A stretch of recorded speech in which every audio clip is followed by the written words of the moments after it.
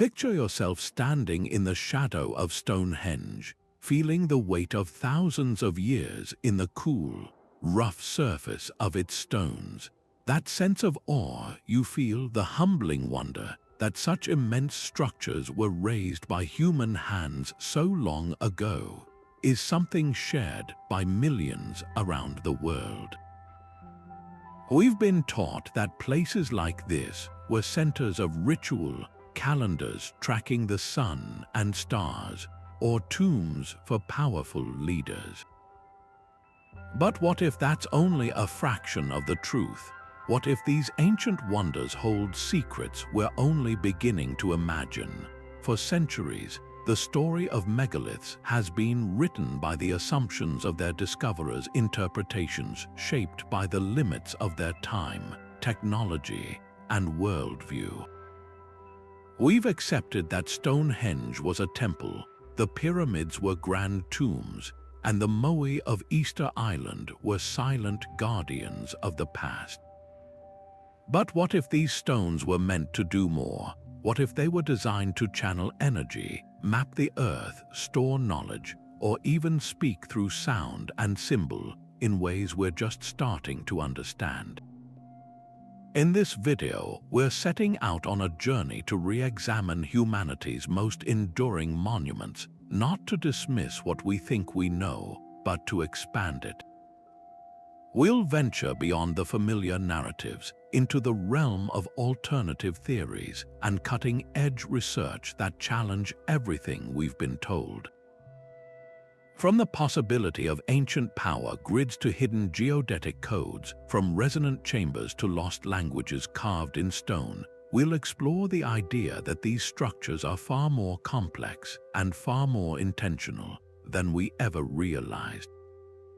So come with us, open your mind to the mystery, and let's decode the hidden scripts behind the world's monumental megaliths together. For generations, the story of these ancient stone giants has been told with a comforting certainty. We learn from textbooks and museum displays that megaliths like Stonehenge served as majestic open-air temples, their towering trilithons framing the sunrise on the summer solstice in a breathtaking display of celestial alignment.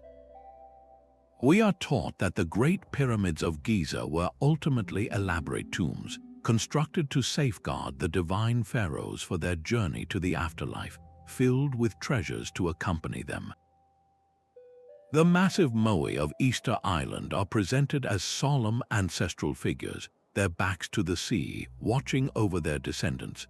This conventional narrative is not without its evidence. It's built upon decades of archaeological work and interpretations that have, for a long time, formed the bedrock of our understanding. Esteemed academics like archaeologist Colin Renfrew have spent careers cementing these views, creating a framework that places these structures firmly within the realms of religion, astronomy, and funerary practice.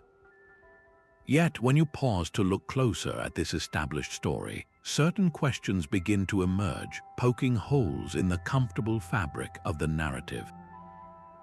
If Stonehenge was primarily a ceremonial site, why did its construction require such a staggering feat of logistics and precision engineering?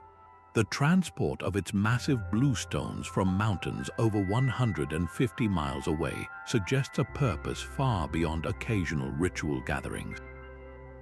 The same puzzle applies to the pyramids, the mathematical exactness of their construction, their alignment with true north, and the intricate internal chambers that surprisingly lack any actual mummies raise legitimate doubts about a theory that reduces them to mere grand graves.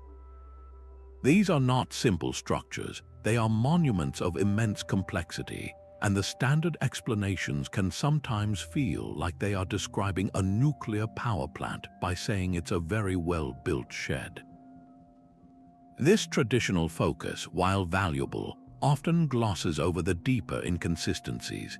It tends to overlook the curious geographical placements of many megaliths situated on powerful geological fault lines, atop underground aquifers, or in locations with strange acoustic properties.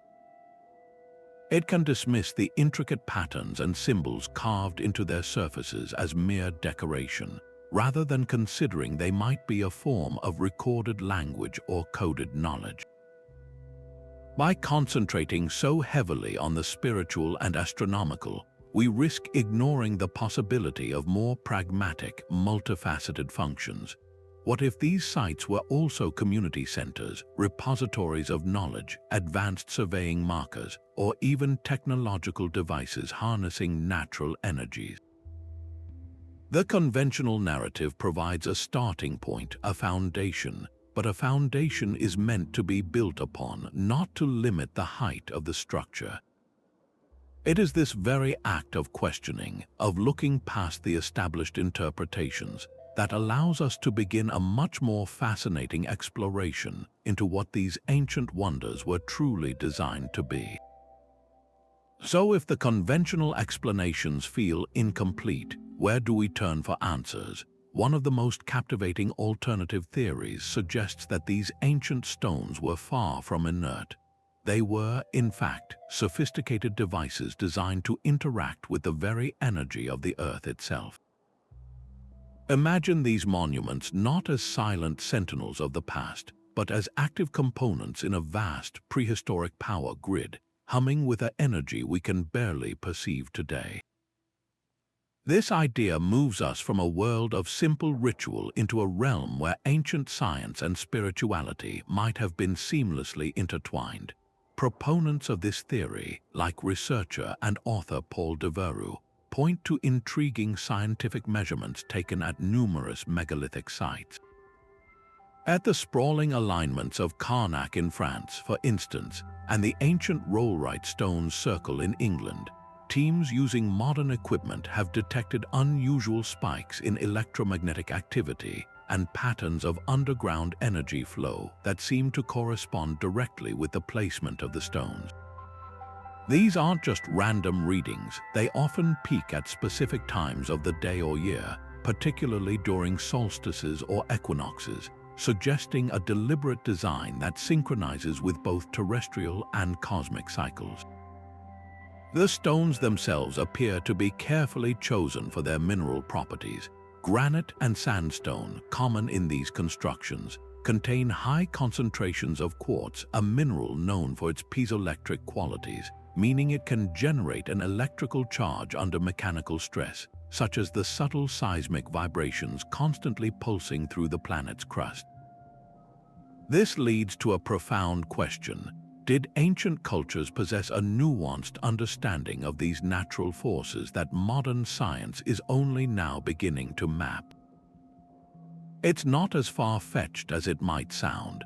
Many indigenous traditions worldwide speak of ley lines or spirit paths, invisible channels of energy coursing through the earth.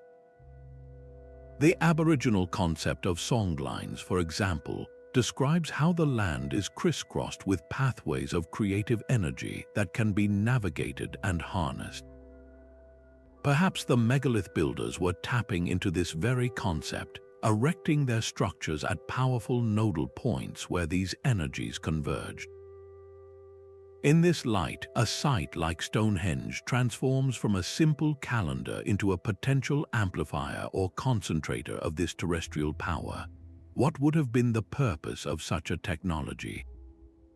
Theorists propose a range of fascinating applications.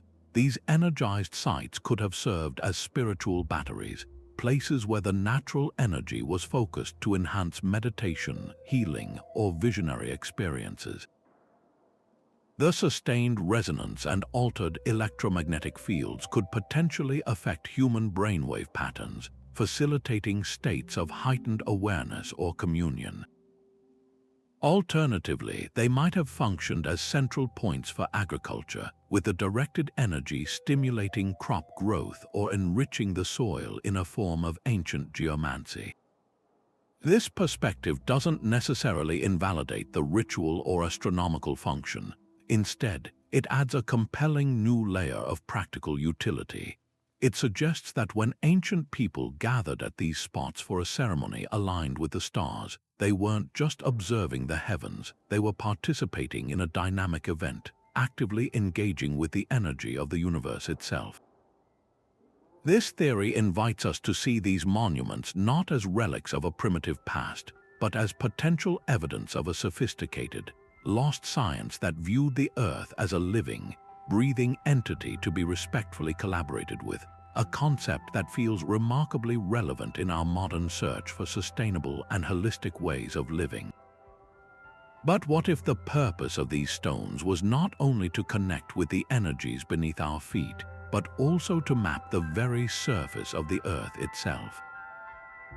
This leads us to another fascinating possibility, that these monumental structures served as a sophisticated prehistoric navigation network, a kind of Stone Age global positioning system that guided ancient travelers across continents and oceans.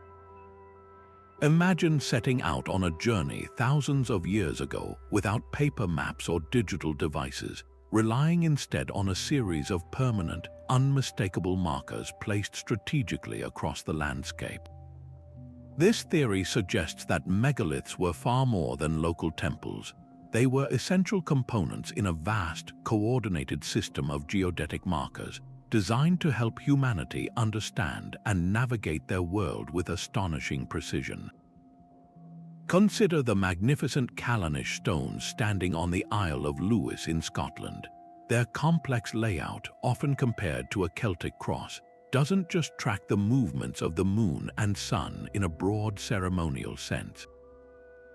Specific stones and avenues within the circle align with key points on the distant horizon, such as the silhouette of a faraway mountain peak or the notch of a particular valley. These alignments would have provided a reliable way to determine one's position and chart a course, especially under the vast, star-filled skies of the ancient north. A traveler could move from one region to another, using these stone sentinels as fixed reference points, ensuring they stayed on a true path across what would have otherwise been a trackless and intimidating wilderness. The evidence for this idea becomes even more compelling when we zoom out to a planetary scale. Researchers like John Mitchell dedicated their lives to studying the geometric relationships between megalithic sites. Their work reveals something extraordinary. Many of these ancient monuments are not placed randomly. Instead, they appear to be positioned according to a grand geometric plan. Sites separated by hundreds of miles often form precise triangles, circles, or alignments across the landscape. For instance, a number of major stone circles in Britain are situated at specific latitude points that relate to mathematical constants or significant astronomical measurements. This implies a level of coordination and shared knowledge across vast distances that completely reshapes our view of prehistoric societies, suggesting they may have been far more interconnected and scientifically advanced than we ever imagined. This wasn't just about drawing straight lines on a map. This proposed geodetic system likely encoded a deep understanding of the Earth's size and shape. By establishing a network of fixed points and understanding the geometric relationships between them, these ancient surveyors could have calculated distances, defined territorial boundaries, and marked locations of vital resources like fresh water, mineral deposits, or fertile hunting grounds. The monuments themselves, through their alignments and often through carvings on their surfaces, might have held the instructions for reading this landscape, turning the entire territory into a readable, navigable text for those initiated into its meaning. This transforms our perception of these sites from isolated places of worship into active, functioning nodes in a continent-spanning web of knowledge, communication, and exploration, a testament to a forgotten age of discovery that laid the groundwork for the world we know today. Moving from the idea of megaliths as navigational tools, we arrive at an even more profound possibility: that these structures were designed to be permanent libraries, safeguarding the collective knowledge, stories, and wisdom of their cultures in a language of stone. In a world without paper, digital storage, or widespread literacy, How does a society ensure its most vital information survives for centuries?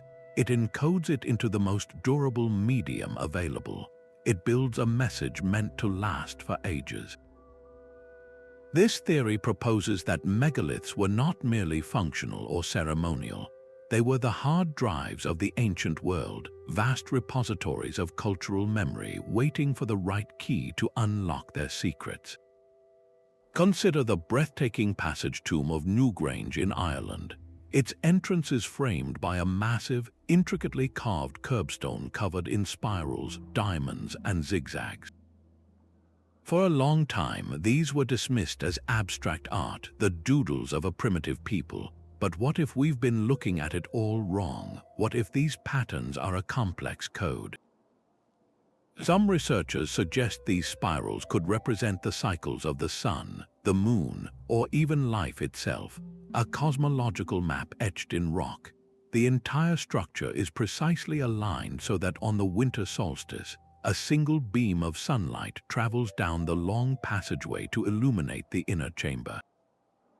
This isn't just a light show, it's a dramatic annual event that physically demonstrates a profound understanding of astronomical timing. The building itself is the lesson, a permanent, interactive textbook on the movements of the heavens. This concept of stone as a keeper of stories extends far beyond Ireland.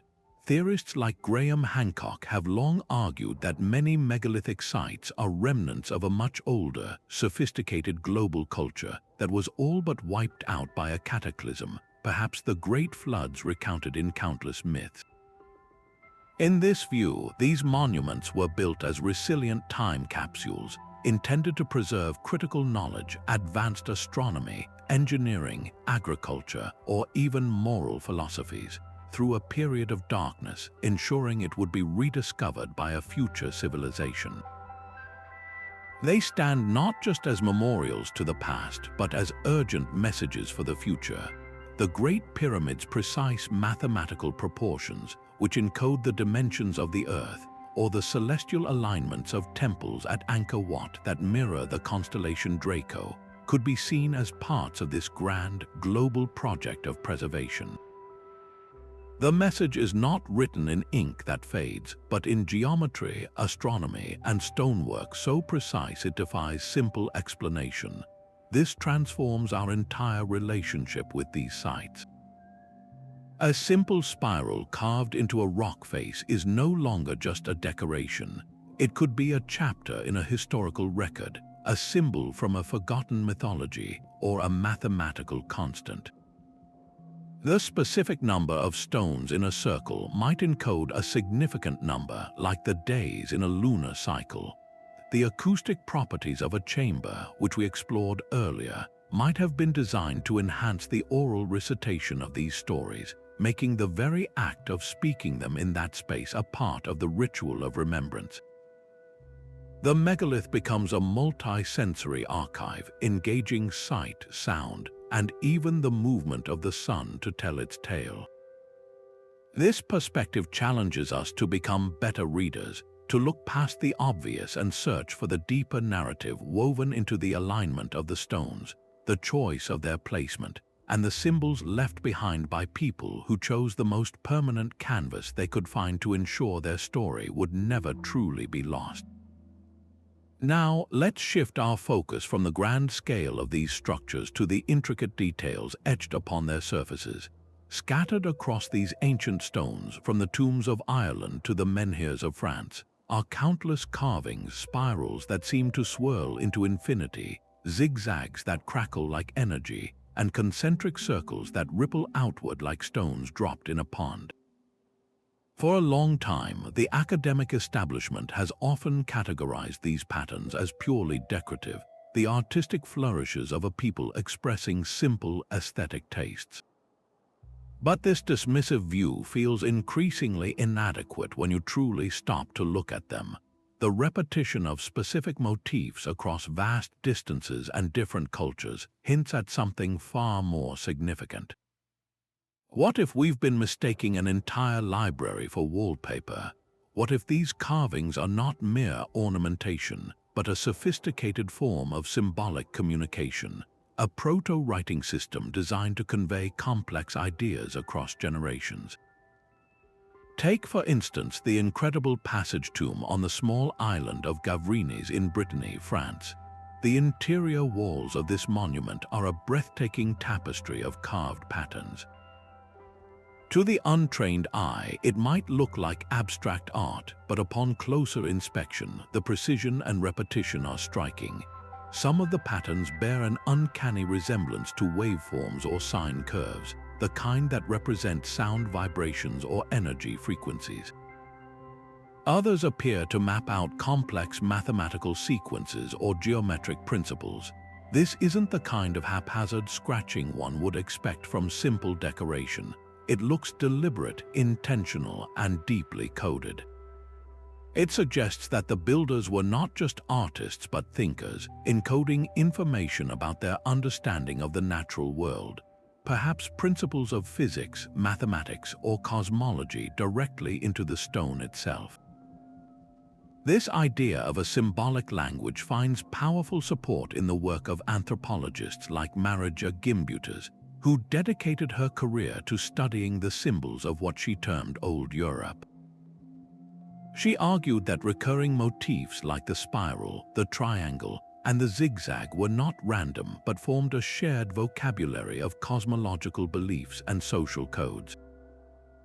A spiral might represent the journey of life, death, and rebirth, or the cyclical nature of the seasons and the cosmos.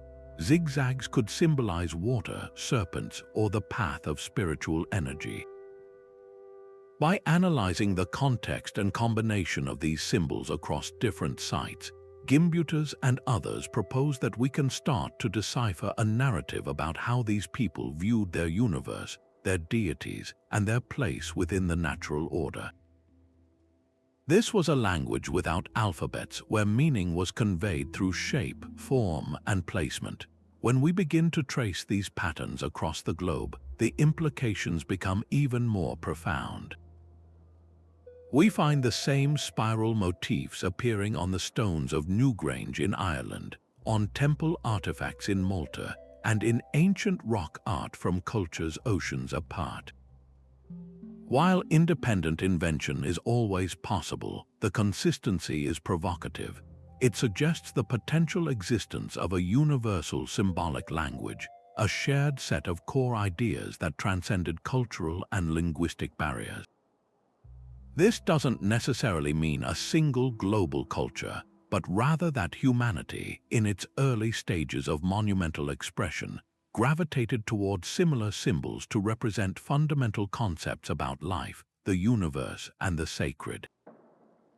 The stone served as the perfect, permanent medium for this language, ensuring the message would endure long after spoken languages had evolved or vanished. This perspective fundamentally transforms how we interact with these ancient sites. It urges us to stop seeing megalithic art as a passive backdrop and to start reading it as an active text. A stone circle is no longer just an arrangement of pillars. It becomes a chapter book, with each carved stone a page filled with symbols waiting to be interpreted. The act of building itself becomes an act of writing, of inscribing a legacy into the very landscape. This approach beautifully bridges the gap between art and scripture, suggesting that for these ancient cultures, the two were inseparable. Beauty was meaning, and meaning was sacred. Their art was their scripture, their stones were their pages, and their message was carved not for a year or a century, but for millennia, waiting for us to finally learn how to read it. Now, let's move from the silent language of symbols to a dimension we can actually experience with our own ears, the world of sound. For decades, archaeology has been a largely visual science, focused on what can be seen, measured, and drawn. But what if we've been missing half the picture, or rather, the entire soundscape? A growing body of research is revealing that many of these ancient stone structures possess astonishing acoustic properties that seem far too consistent to be mere accidents of construction. This discovery opens up a fascinating new frontier, suggesting that these sites were designed not just to be seen, but to be heard, felt, and experienced in a profoundly multi-sensory way. Consider the extraordinary hypogeum of Hal Saflieni on the island of Malta, a sprawling, three-level underground temple complex carved from solid limestone over 5,000 years ago. Stepping into its oracle room is an experience that defies simple description. If you speak in a certain spot, your voice doesn't just echo, it undergoes a dramatic transformation. The sound waves resonate through the chamber at a specific, low frequency, creating a deep, reverberating hum that seems to vibrate through your very bones. This isn't a subtle effect, it's powerful and immersive, capable of altering the perceived quality of sound and potentially even influencing brainwave patterns. Archaeologists have found evidence that this room might have been used for oracular rituals, where a priest or shaman's voice, amplified and distorted by the chamber's unique acoustics, would have been perceived as the disembodied voice of a spirit or god. This use of sound technology to create a sense of the divine and otherworldly shows a sophisticated understanding of psychoacoustics that we typically don't attribute to ancient Neolithic peoples. This phenomenon is not isolated to Malta. Researchers like Acoustics expert Stephen J. Waller have conducted extensive studies at numerous megalithic sites, from the chambers of Newgrange to the open circles of Stonehenge. His work often involves playing specific tones and recording the results, and the findings are consistently intriguing. At many sites, the stones themselves seem to act as filters or amplifiers. At Stonehenge, for instance, some of the larger sarsen stones have a curious property. They actually reflect sound back into the center of the circle, creating a kind of contained sonic environment that would have kept rituals private from anyone outside the monument, while making the sounds within clearer and more powerful for those participating inside. This suggests the builders had an empirical understanding of how sound waves interact with solid surfaces, designing spaces that curated the auditory experience as carefully as the visual one. So what was the purpose of this intricate sonic engineering? The most compelling theory is that sound was a central tool for altering states of consciousness and facilitating spiritual experiences. The sustained, low-frequency resonance found in many chambers, often referred to as infrasound, is known to have powerful effects on the human body. It can induce feelings of awe, unease, or even trance-like states. In a ritual context, combined with chanting, drumming, or the simple act of breathing in a resonant space, this acoustic environment could have been used to help participants transcend their ordinary perception of reality. It would have been a technology of consciousness, a way to access what these cultures might have understood as the spirit world. The architecture itself becomes an instrument, and the ceremony becomes a performance where the boundaries between the human and the divine are blurred by the very physics of sound. This acoustic layer adds a breathtaking depth to our understanding of megalithic purpose. A stone circle is no longer just a calendar marking the solstice sunrise. It becomes a concert hall for a cosmic performance, where the movements of the heavens are accompanied by a human-made symphony of ritual sound, all enhanced by the architecture. The carvings of spirals and waves we discussed earlier take on a new meaning. Perhaps they are not just symbolic representations of energy, but literal diagrams of sound waves, instructions, or maps of the acoustic experiences these spaces were designed to produce. By listening to these ancient spaces, we are not just hearing echoes, we are overhearing the whispers of the past, tuning into a frequency that has been waiting silently in the stone for millennia, offering us a more complete, more human understanding of how our ancestors experienced their world and connected with the unseen. Of course, mainstream archaeology has done incredible work in establishing the basic celestial connections of these ancient sites.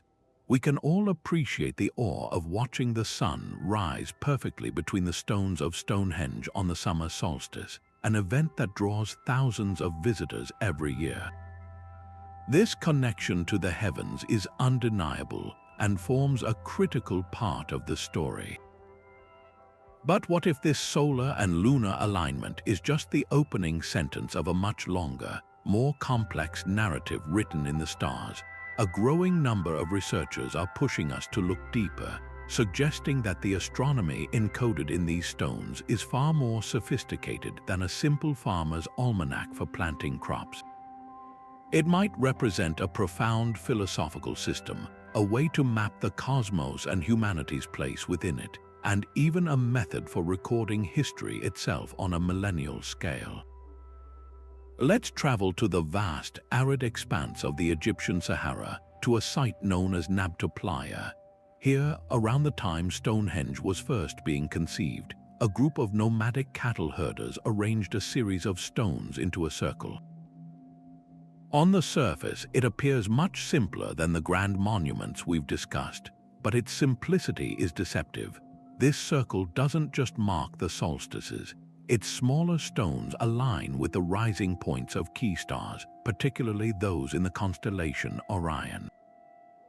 For these ancient people, Orion was not just a random pattern of lights. It was deeply woven into their mythology, often associated with Osiris, the god of death and rebirth. The alignments at Nabta Playa, therefore, might have served a dual purpose. They were a practical calendar for knowing when the seasonal rains would fill the Playa Lake, but they were also a symbolic map of their spiritual beliefs, connecting the earthly realm directly to the divine drama playing out in the night sky. This transforms the site from a utilitarian tool into a cosmic temple, a place where the cycles of nature, the patterns of the stars, and the stories of the gods all converge. This idea of encoding mythology into architecture is championed by scholars like Giulio Magli, an astrophysicist and archaeoastronomer who applies a rigorous scientific lens to these ancient puzzles. He and others propose that the precise orientation of certain monuments goes beyond marking annual events. They might be designed to commemorate singular, extraordinary celestial occurrences that would have been seared into the cultural memory of a people. Imagine the night sky suddenly illuminated by a new, incredibly bright star, a supernova, the violent death of a distant sun, or a rare and precise conjunction of planets that wouldn't repeat for centuries. These events would have been terrifying, awe-inspiring, and undoubtedly interpreted as potent omens. What better way to honor such a moment than to literally set it in stone, aligning a monument to forever capture that specific celestial configuration? This suggests the builders weren't just passive observers of the sky.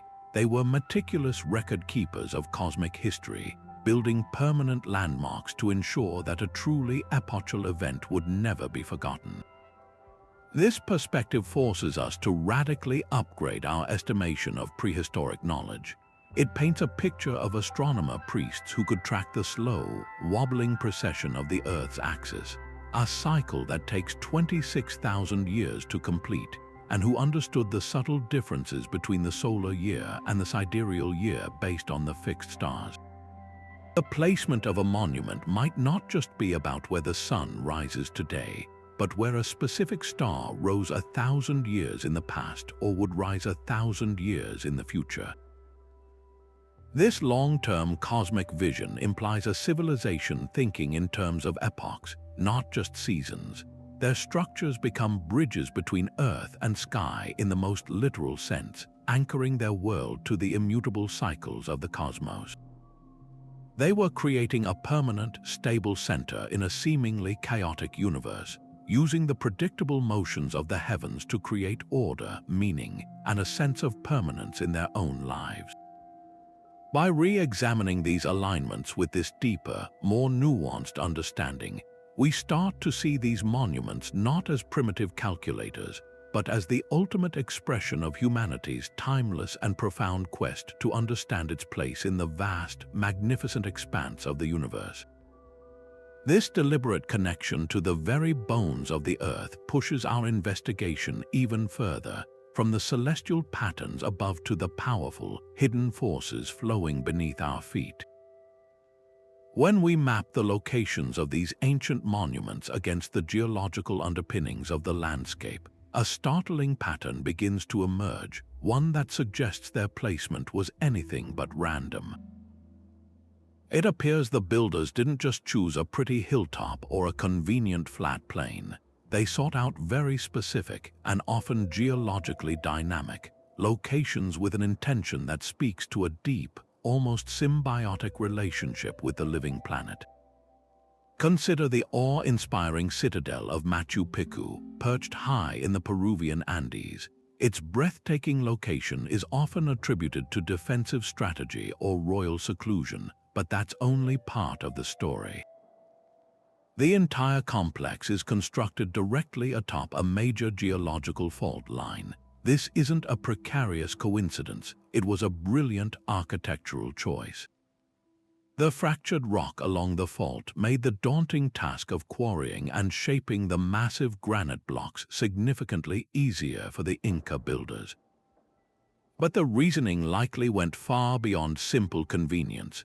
The fault line also channels underground water sources, creating natural springs within the city, a critical water supply, and may generate subtle telluric currents or earth energies that the Inca, with their profound reverence for Pachamama Mother Earth, would have considered deeply sacred. The stone itself seems to be part of the mountain, a testament to building in harmony with the land's inherent structure rather than fighting against it. This phenomenon of building on power spots is a global one. Across the British Isles, numerous stone circles and standing stones are positioned directly above underground aquifers or at the intersection of multiple geological faults. These are places where water, constantly moving deep underground, creates measurable electrical charge through a process called the flow potential effect. Furthermore, the stress and friction along fault lines can generate low-frequency seismic vibrations and unique electromagnetic fields. Modern geologists can measure these anomalies with sophisticated equipment, but how could ancient cultures have possibly detected them? The answer might be surprisingly simple and profoundly human, through direct sensory experience and observation. A sensitive individual standing at such a location might feel a slight tingling sensation, detect a faint hum in the air, or notice that animals behave differently there, perhaps avoiding the spot or being drawn to it. Dowsers who practice the ancient art of finding water using rods or pendulums often find their tools reacting powerfully at these sites, suggesting that some people can subconsciously perceive these subtle energies. This leads to the compelling idea that these locations were not just convenient, they were chosen for their energetic properties. The granite so commonly used in these constructions, rich in quartz crystals, could act as a natural amplifier for these terrestrial energies. Imagine a standing stone functioning like a sort of acupuncture needle for the Earth, inserted at a key meridian point to balance or harness the flow of energy. In this light, a circle of stones transforms from a mere meeting place into a tuned circuit, potentially designed to concentrate and focus these natural forces for healing, meditation, or spiritual ceremony. The people who built these structures might have seen the landscape as a living, breathing entity, crisscrossed with energy lines, what many cultures refer to as ley lines or dragon paths. Their monuments would then be placed at the powerful nodes where these lines crossed, creating a network of sacred sites that tapped into the planet's own vitality. This perspective doesn't diminish the spiritual significance of these places. It amplifies it, suggesting that the spiritual and the geological were inseparable for our ancestors. They understood that to connect with the divine, one must first be deeply, physically connected to the earth, and they built their most enduring testaments to humanity's ingenuity at the very places where that connection was felt the strongest. This global tapestry of stone raises one of the most captivating questions in archaeology. How do we explain the startling similarities between megalithic structures built by cultures separated by vast oceans and thousands of years, cultures that, according to mainstream history, should have had no contact with one another? It's a puzzle that invites us to explore two compelling and often opposing theories. On one hand, the idea of diffusion, that the knowledge of working with massive stones spread from a single source across the ancient world through trade, migration, or exploration. On the other, the concept of parallel evolution, that different human societies, facing similar needs and possessing similar cognitive capabilities, independently arrived at the same monumental solution. Let's journey to the Korean peninsula, where thousands of dolmens' massive stone slab tombs dot the landscape. These are not the towering, finely shaped stones of Europe. They are rugged, practical structures, often consisting of a huge capstone balanced on several smaller supporting stones, creating a chamber beneath. Their purpose seems clear as burial markers for elites. Now cross the world to the moors of northern Europe, and you'll find remarkably similar structures like the dolmen of Paulnabrone in Ireland. The form is almost identical, a large flat stone resting on uprights. The geographical and cultural gap between Neolithic Korea and Neolithic Ireland is immense, yet the architectural solution is nearly the same. This is the heart of the diffusion argument. Proponents point to such undeniable visual parallels as potential evidence of a slow, millennia-long spread of ideas. Perhaps seafaring cultures whose voyages are lost to history carried the concept of megalith building along coastlines, seeding the idea in different regions. It's a romantic notion, suggesting a more interconnected ancient world than our textbooks often allow. Yet, the theory of independent invention presents an equally powerful case. This perspective argues that the impulse to build big and lasting is a fundamental part of the human psyche, emerging naturally when societies reach a certain level of complexity and shared belief.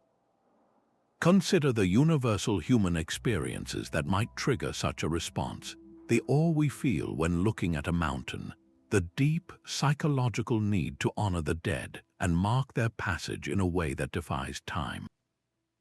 The desire to create a permanent center for a community, a fixed point in a changing world. When a society develops agriculture, settles down, and begins to organize labor on a large scale, what is the most logical, impressive, and durable material available? Stone. It's everywhere. It lasts forever. So, it's not so surprising that different cultures, from the Incas in Peru to the Egyptians in Africa to the megalith builders of India, would all look at the same rocky landscape and have the same brilliant yet obvious idea: to use the biggest pieces they could possibly move to create something permanent and meaningful. The similarities in this view are not a sign of contact but a testament to a shared human ingenuity. The truth likely lies somewhere in the beautiful, messy middle. It's probably not a binary choice between global connection and total isolation.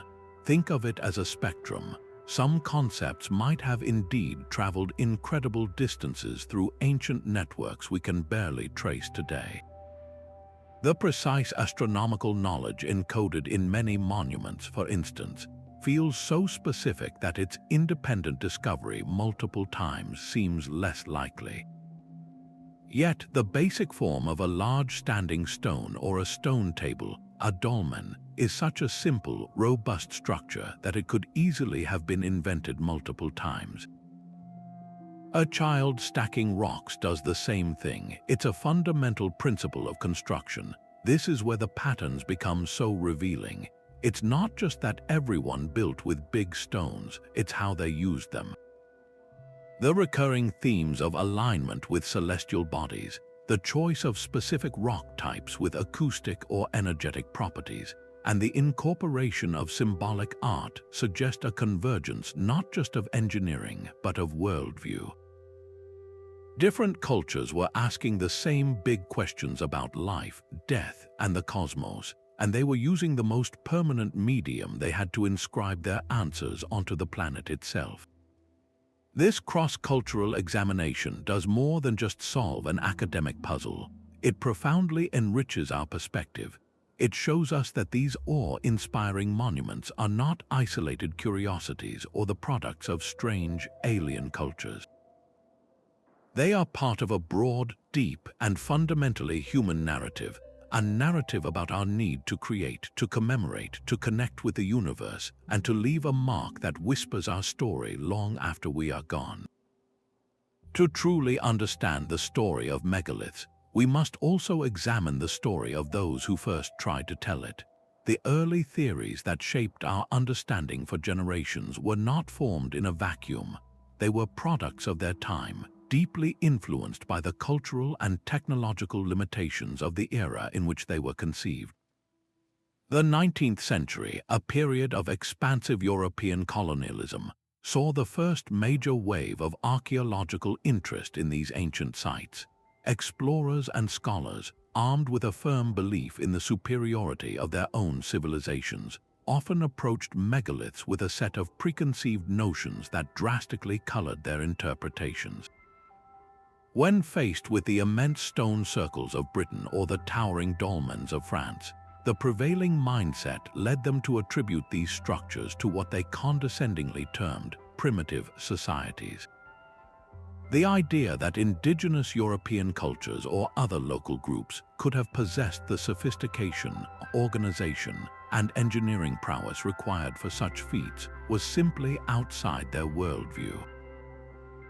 Instead, a theory known as diffusionism took hold, which posited that all cultural advances, including megalith building, must have originated from a single, advanced source, often imagined to be the Egyptians or another ancient Near Eastern civilization, and then spread outward to the barbarian fringes of the world. This perspective effectively stripped local populations of their own heritage and ingenuity, creating a historical narrative that was more about justifying contemporary power structures than uncovering genuine truth. This colonial lens created a foundational bias that proved remarkably persistent. Even as archaeology professionalized in the 20th century, new technologies often served to reinforce older, narrow perspectives rather than challenge them. The development of more precise surveying tools, for instance, allowed researchers to confirm the astronomical alignments of sites like Stonehenge with greater accuracy. While this was a monumental discovery, it had an unintended consequence. It led to a kind of academic tunnel vision. The excitement surrounding archaeoastronomy caused many researchers to double down on the idea of megaliths as primarily celestial calendars or observatories. Similarly, the focus on their potential funerary functions, supported by finds of human remains at some sites, became so dominant that it often overshadowed any other possible explanation. A site was either a tomb or a temple, an observatory or a fort. This need to pigeonhole these complex structures into a single, easily definable category created a simplistic and reductionist framework. In doing so, it left little room for the more nuanced, multifaceted interpretations we are exploring today. The possibility that a single site could simultaneously serve as a calendar, a burial ground, a territorial marker, a place of healing, and an energy hub was not seriously considered because the academic models of the time weren't built to handle such complexity. The cost of these limitations is a landscape of knowledge full of gaps and unanswered questions.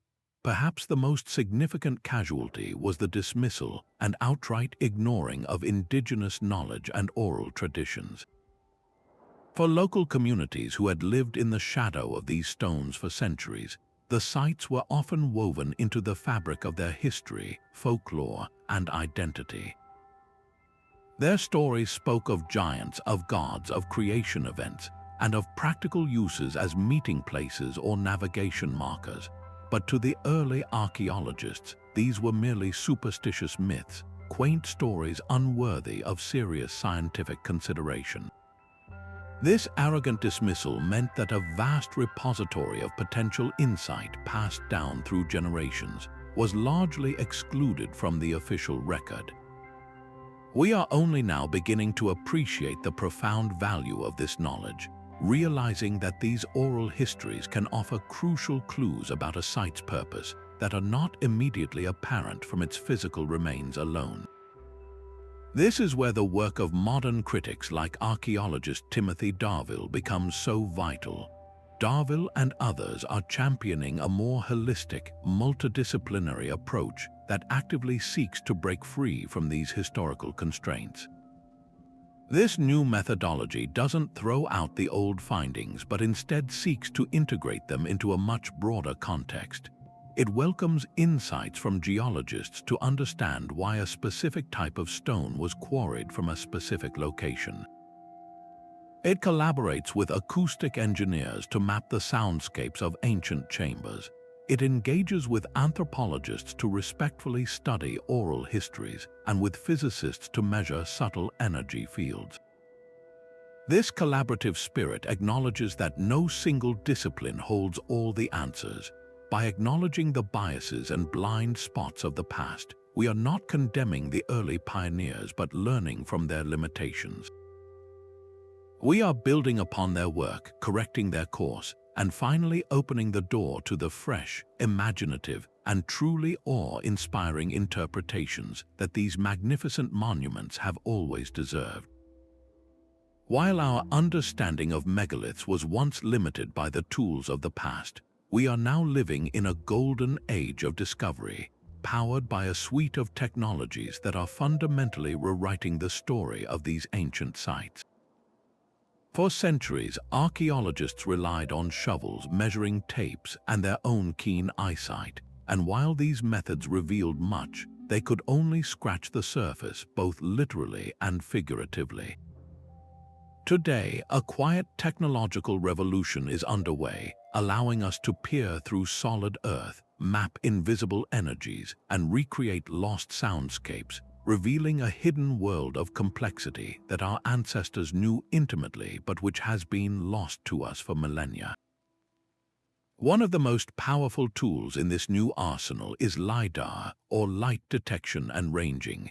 This technology involves firing millions of laser pulses from an aircraft towards the ground and measuring how long they take to bounce back.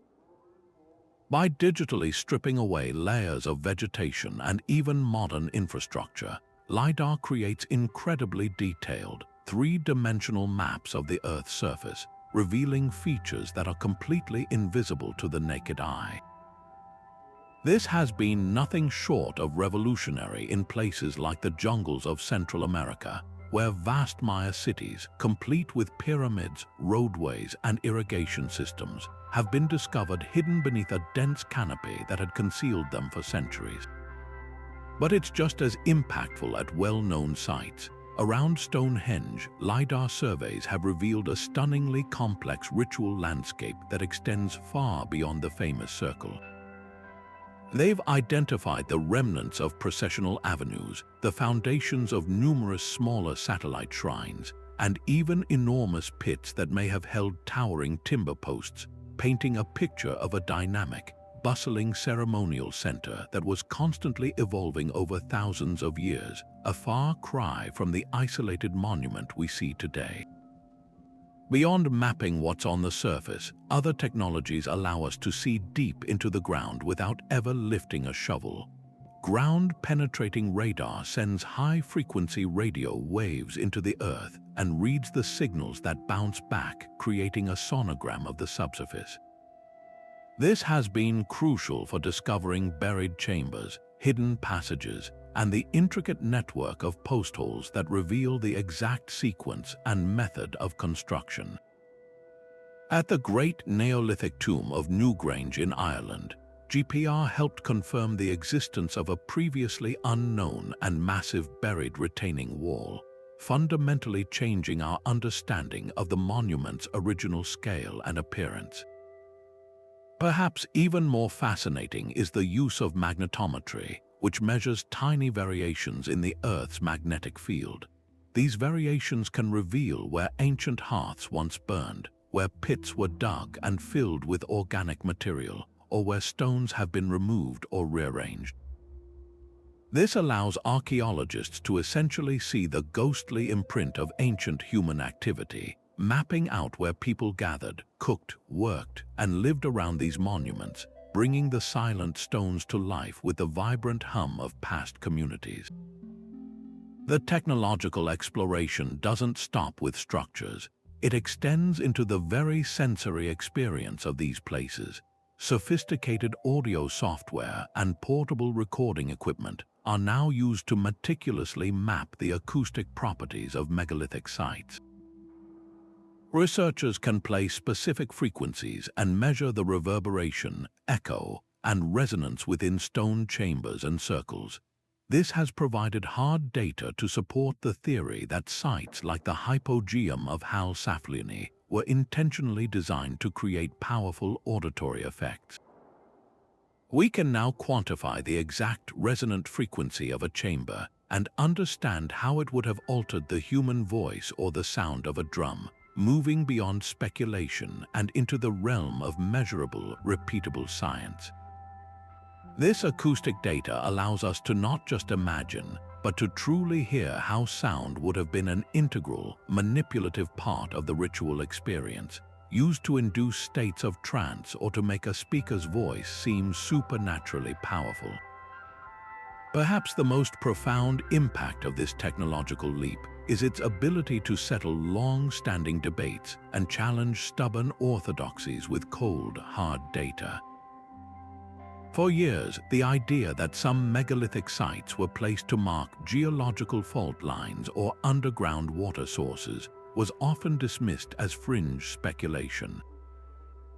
Now, using simple resistivity meters and magnetometers, researchers can walk a site and produce detailed maps showing the precise flow of water underground or the exact location of mineral deposits and fissures. When these maps are laid over the plans of stone circles, the correlations are often too exact to be coincidental. This doesn't necessarily prove the energy harnessing theory, but it provides compelling evidence that the builders were acutely aware of these subterranean features and deliberately incorporated them into their design. Technology is not just giving us new answers, it is allowing us to ask entirely new, more sophisticated questions. We are no longer limited to wondering what a megalith is, but can begin to explore what it does, how it interacts with its environment, how it channels sound, how it aligns with celestial movements with a precision we are only now able to measure. This shift from static observation to dynamic interaction is opening a window into the ancient mind, revealing a level of intention and sophistication that continues to reshape our awe for what our ancestors were truly capable of achieving. This profound psychological pull is not just a fleeting curiosity. It is deeply rooted in the very architecture of the human mind. We are hardwired for what psychologists call awe, that overwhelming feeling of wonder and amazement in the face of something vast that transcends our current understanding. Megaliths are perhaps one of the most potent catalysts for this emotion on the planet. Standing next to a stone that was shaped and raised by people thousands of years ago forces a cognitive shift. It collapses time, making the distant past feel viscerally present, and in doing so, it shrinks our own modern concerns, offering a humbling and often liberating perspective on our place in the grand sweep of history.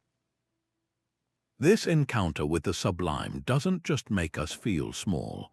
It makes us feel connected to a narrative far larger than our individual lives, satisfying a deep-seated need to be part of a continuing story. This connection is powerfully tied to the concept of endurance. In our fast-paced digital world where trends vanish in weeks and technology becomes obsolete in months, megaliths represent the ultimate antithesis, staggering permanence. They are tangible proof that something can last. This physical endurance speaks directly to our own anxieties about mortality and the desire to leave a meaningful legacy. We look at these structures and see the handiwork of individuals whose names are lost to time, yet whose achievement echoes millennia later. This offers a profound sense of hope and continuity. It suggests that our own efforts, our own cultures, and our own stories have the potential to endure, to mean something to future generations in a way we can scarcely imagine. They are a silent promise that what we build can outlast us. Furthermore, the enduring mystery surrounding their purpose is not a frustration but a primary source of their allure. A completely explained artifact often loses its magic, becoming a simple entry in a catalogue. But megaliths are open-ended puzzles. The fact that we are still debating whether they were calendars, energy devices, sound chambers, or libraries means that they actively engage our imagination. They invite us to project our own questions, our own theories, and our own worldviews onto them. This interactive quality transforms them from static monuments into dynamic partners in a conversation across time. They don't provide answers, they provoke better questions, compelling us to collaborate across disciplines: archaeology, astronomy, physics, and psychology, in a shared quest for understanding. This collaborative mystery solving is itself a deeply satisfying human endeavor, fostering a sense of community and shared purpose among researchers and enthusiasts alike. Ultimately, the captivating power of megaliths holds up a mirror to our own psyche. Our relentless drive to uncover their secrets, to decode their alignments and decipher their symbols, is a reflection of our own search for identity and meaning in an increasingly complex world. They represent a time when humanity's relationship with the natural world, the cosmos, and the spiritual realm was seemingly more integrated, a harmony that many feel is missing today. In trying to understand them, we are perhaps trying to understand a lost part of ourselves: our capacity for collective wonder, our ability to achieve the seemingly impossible with simple tools and shared vision, and our innate desire to inscribe our existence onto the universe in a lasting way. They remind us that the urge to create, to connect, and to seek meaning is not a modern invention but a fundamental thread in the human story, one that continues to bind us to those ancient builders and to each other. Of all the ancient stone circles dotting the British landscape, none captures the global imagination quite like Stonehenge. For generations, its iconic silhouette against the Salisbury Plain has been synonymous with a single, powerful image: the sun dramatically cresting the horizon to perfectly align with the heel stone on the summer solstice. This solar connection is undeniable and profoundly beautiful, but to define Stonehenge solely as a Neolithic calendar is to see only the opening chapter of a much richer and more complex story.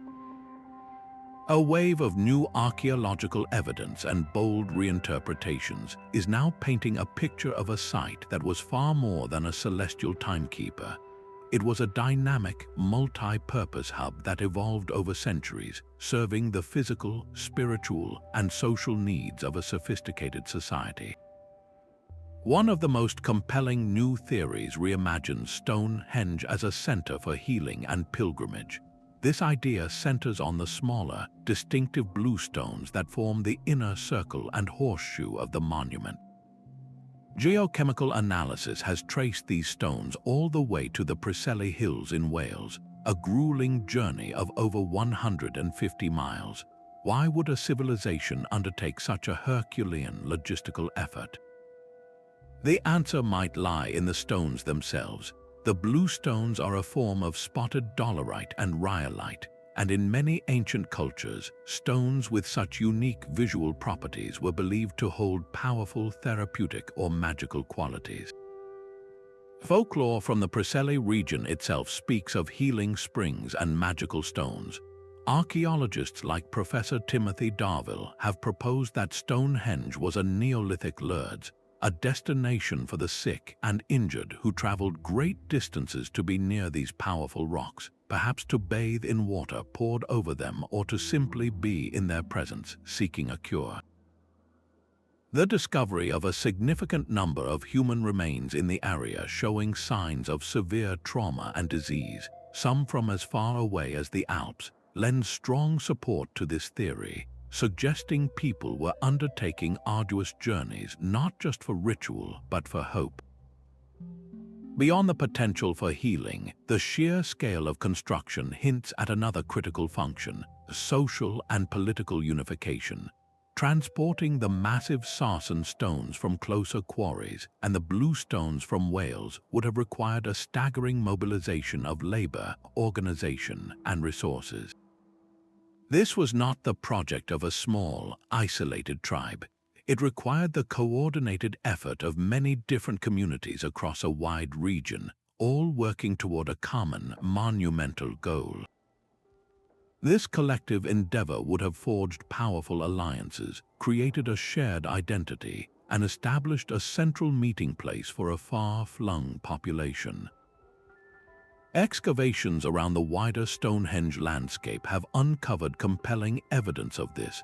Vast quantities of animal bones, particularly from pigs, show signs of large-scale feasting. The analysis of the teeth of animals and humans found at the site indicates that many of them were not local. They had traveled enormous distances to be there. This suggests that at specific times of the year, perhaps aligned with those celestial events, Stonehenge became the scene of massive festivals, a place for forging political agreements, arranging marriages, trading goods, sharing news, and reinforcing social bonds through communal celebration. It was, in essence, a capital city before the concept of a city even existed, a neutral ground where disparate groups could come together under the shared banner of a grand cultural project. Adding yet another layer to its purpose, recent acoustic studies suggest Stonehenge was designed not just to be seen, but to be heard. The arrangement of the stones creates a unique sonic environment. While sound would have easily escaped the incomplete circle, tests have shown that the massive sarsen slabs act as excellent sound reflectors. This would have contained and amplified sounds within the circle, making a speaker's voice or the beat of a drum resonate with startling power and clarity for those standing inside, while muting the proceedings for anyone outside the inner sanctum. This carefully controlled acoustics would have profoundly enhanced ritual ceremonies, making chants and invocations feel immersive and otherworldly, as if the very stones were participating in the ritual. This transforms our understanding of the space from a passive observatory to an active instrument, an acoustic arena designed to facilitate powerful, shared auditory experiences that could unite a community in awe and alter states of consciousness. The true genius of Stonehenge, therefore, likely lies not in one single purpose, but in its magnificent multiplicity.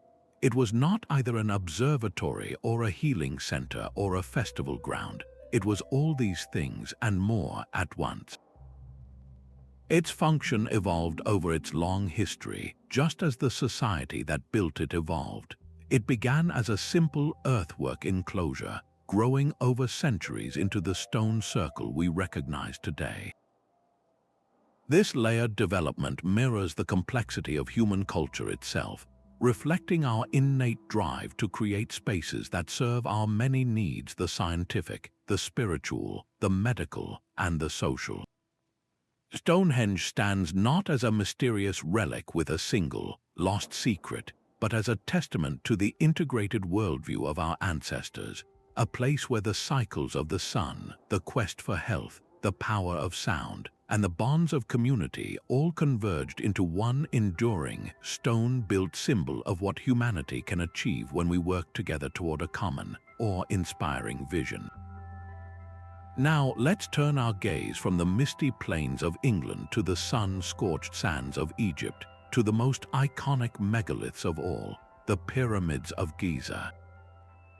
For centuries, the dominant narrative has been clear and seemingly unquestionable.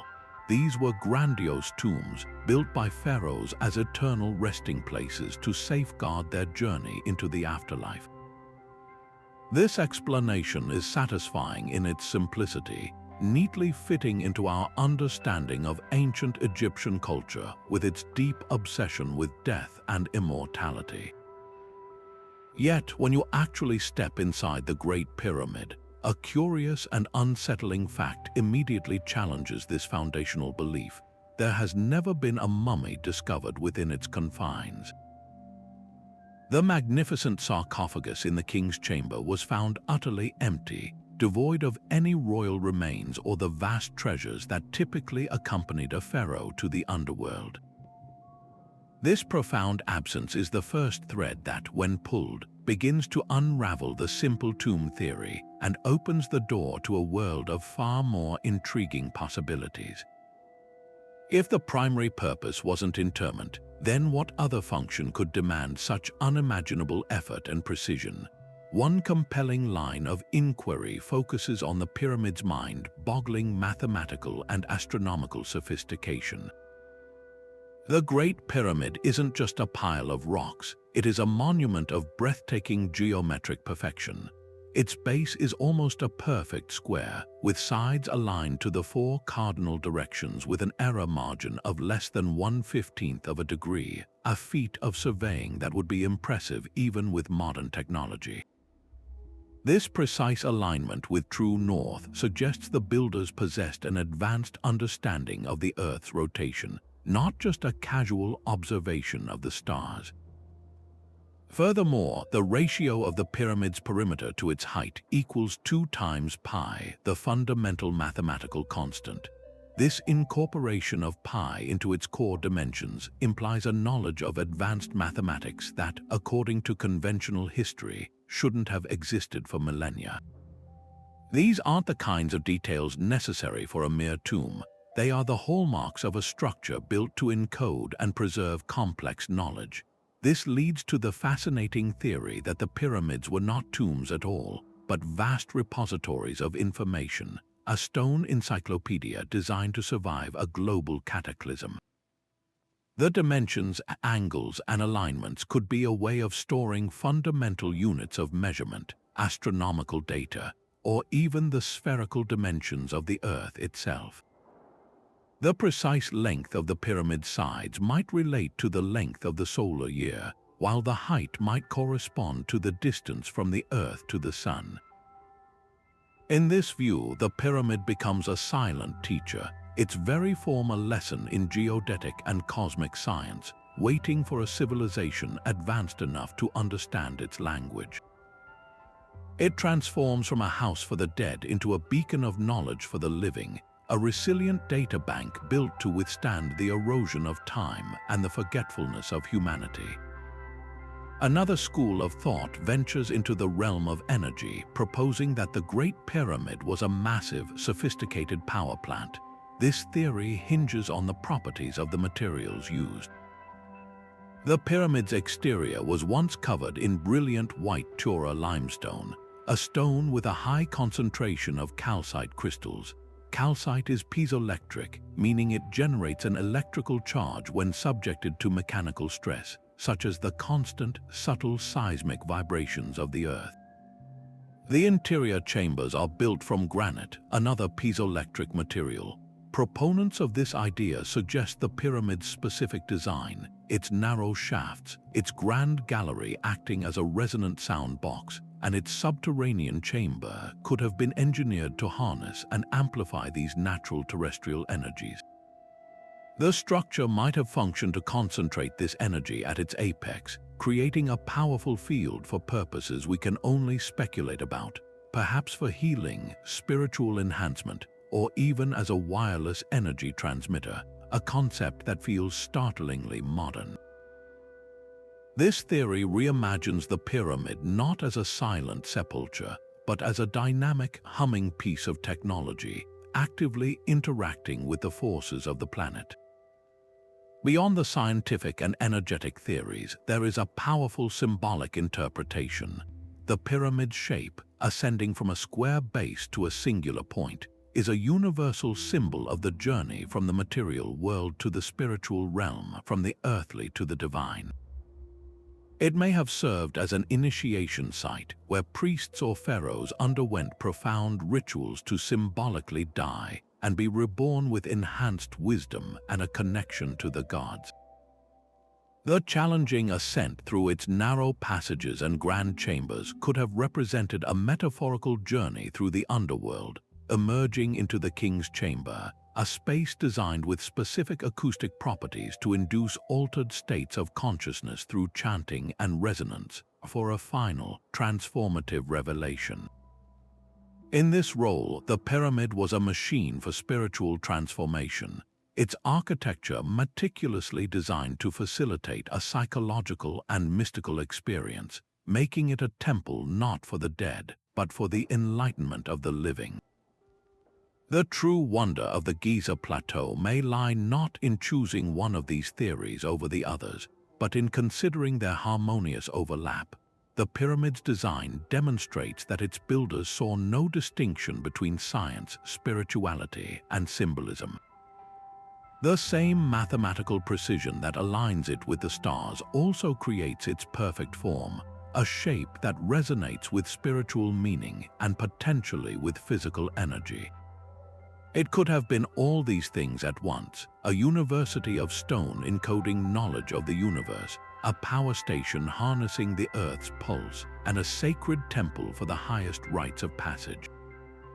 This multifaceted view doesn't diminish the achievement of the ancient Egyptians. It elevates it to a level that we are only now beginning to comprehend. The Great Pyramid stands as the ultimate challenge to our modern tendency to specialize and compartmentalize.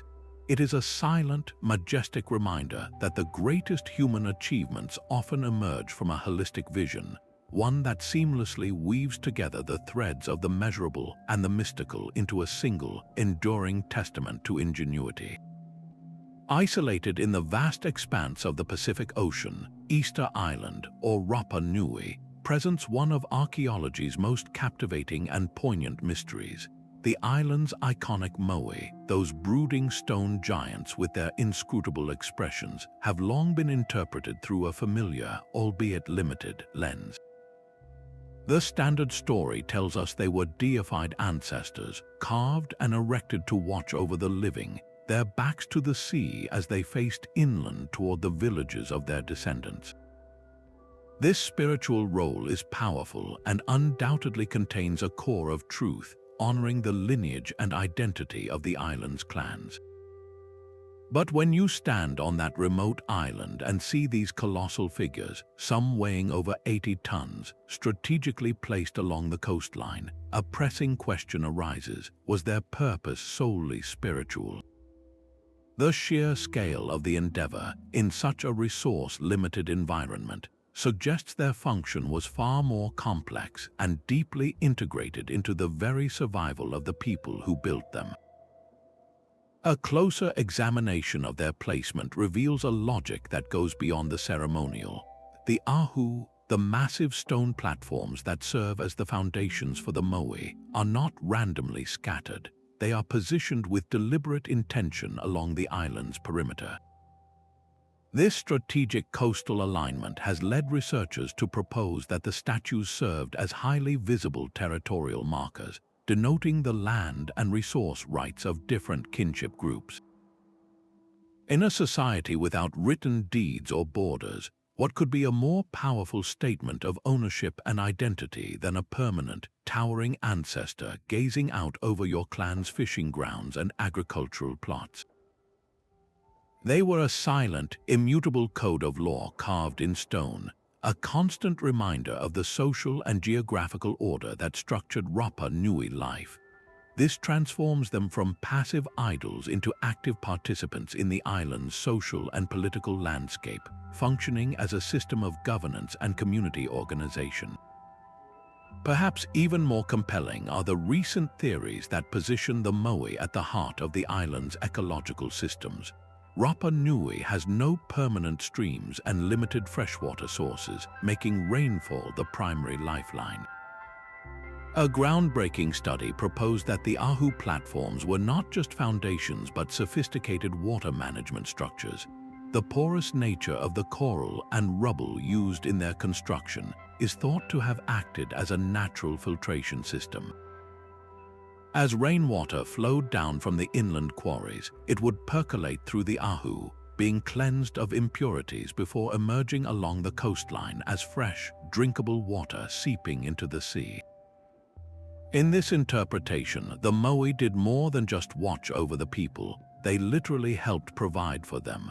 Their imposing presence marked the location of these vital freshwater aquifers, making each statue a beacon for essential resource, a symbol of life and sustenance in a challenging environment. This connection to the land's vitality extends to the very soil beneath their feet. Some researchers have noted that the areas around many Ahu platforms are notably more fertile than the surrounding land.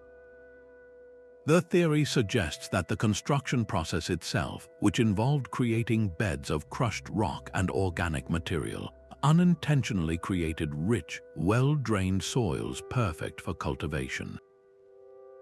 The islanders may have observed this effect and subsequently placed their gardens near these structures, effectively using the Ahu and their Moai as central points for agriculture. This would mean the statues were integrated into a holistic system where spirituality, resource management, and food production were inextricably linked. The Moai, therefore, stood as guardians not just of people but of the fertile ground that fed them. The mystery deepens when we consider what was hidden from view for centuries. While we are familiar with the stoic faces of the Moai, it was only through careful excavation that a secret world was revealed on their backs. Many of these statues are covered in intricate, previously unknown petroglyphs, carved into the rock and then buried when the figure was uprighted onto its Ahu. These are not random scratches. They are complex symbols, including repeated motifs of crescent shapes believed to represent Polynesian canoes, and other designs that may tell the history of the carver's lineage or commemorate important mythological events. This hidden artwork suggests the Moai were not monolithic in their meaning. They were canvases for stories, each one a unique repository of cultural knowledge with a public front and a private, sacred back, much like a book whose cover you see and whose text is known only to those who have read it. This expanded view of the Moai forces a dramatic shift in the narrative of Easter Island. The classic tale is one of ecological collapse and societal failure, a warning of a people who foolishly cut down all their trees to move statues, leading to their own downfall. But this new perspective paints a picture of incredible innovation and adaptation. It suggests the Rapa Nui people were not recklessly destroying their environment, but were ingeniously engineering it for sustainability. The Moai were not the cause of a societal breakdown. They were likely the central pillar holding a sophisticated society together, unifying spiritual belief, social structure, water security, and food production into a single, resilient system. They become the ultimate symbol of a culture that saw no separation between the sacred and the practical, using their most enduring artistic achievement to navigate the challenges of their isolated world. For generations, the scientific exploration of megaliths was conducted with a certain kind of toolkit, a theodolite for measuring angles, a trowel for careful excavation, a textbook of Western archaeological theory. But there exists another, far older toolkit for understanding these ancient places, one that has been passed down through countless generations, not in journals, but in stories, songs, and spoken memories. This is the vast and living repository of indigenous knowledge and oral tradition, a perspective that has been systematically overlooked by mainstream academia, yet offers some of the most profound and human-centered interpretations of these stone mysteries. Where Western science often sees a problem to be solved, a what and a how, oral traditions frequently provide the why, weaving the stones into the very fabric of cultural identity and lived experience. Consider the profound difference in perspective. A team of archaeologists might arrive at a stone circle and see an astronomical observatory meticulously recording the solstice alignments. But for the local community whose ancestors have lived in its shadow for millennia, that same circle might be known as the place where the Creator taught the people the laws of the land, or where the spirits of the ancestors gathered during the long winter nights. These are not mutually exclusive truths, they are different layers of understanding. The scientific measurement captures the mechanical function, while the oral history captures the soul of the place, its enduring meaning, and its role in the spiritual and social ecosystem of a people. To ignore this layer is to study the skeleton of a creature while believing you have understood its life. A powerful example of this richness can be found in the stories of various Native American nations regarding the stone constructions within their ancestral homelands. In the American West, numerous stone circles and prayer rings dot the landscape. Mainstream archaeology has often catalogued them with vague terms like tipi rings, suggesting they were simply weights for holding down lodge skins. But oral traditions from tribes like the Lakota or the Crow tell a very different story. They describe these circles as sacred spaces for ceremony, for vision quests, and for community gatherings. The act of placing each stone was itself a prayer, and the arrangement was designed to focus spiritual energy and connect the participants to the earth and the sky. This interpretation completely transforms these formations from mundane archaeological features into active, living altars, their purpose sustained not by their physical form alone, but by the memory and practice of the people. This disconnect highlights a long history of Western-centric bias in archaeology. For much of the discipline's early history, the sophisticated astronomical knowledge required to build sites like Stonehenge was deemed impossible for the local, barbarian cultures of Europe. This led to all manner of fanciful theories involving lost civilizations or ancient Egyptians, anything but crediting the indigenous people of the region. This pattern repeated across the globe. The magnificent ruins of Great Zimbabwe were erroneously attributed to Phoenicians or other foreign powers by colonialists who could not conceive of such achievement by African hands. This bias didn't just misattribute credit, it actively severed the living connection between megaliths and the cultures that rightfully claimed them, dismissing their oral histories as mere myth and legend, unworthy of scientific consideration. Integrating these perspectives is not just an academic exercise, it is an act of cultural respect and intellectual honesty. It acknowledges that the people who have lived alongside these monuments for centuries are not incidental to their story, they are its primary keepers. Their stories often contain practical wisdom that science is only now confirming. Tales of certain hills or stones being spiritually powerful or singing have, in many cases, been later validated by instruments measuring unusual electromagnetic activity or acoustic properties. The oral tradition, in essence, served as a long-term data collection system, preserving observations over millennia that our technology has only recently become sensitive enough to detect. Ultimately, embracing indigenous knowledge allows us to see megaliths not as dead relics frozen in time, but as living entities within a continuous cultural landscape. They are not just puzzles from the past to be solved and filed away. They are ongoing participants in the identity, spirituality, and history of living peoples. This approach fosters a more holistic and ethical form of exploration, one that partners with descendant communities rather than speaking over them.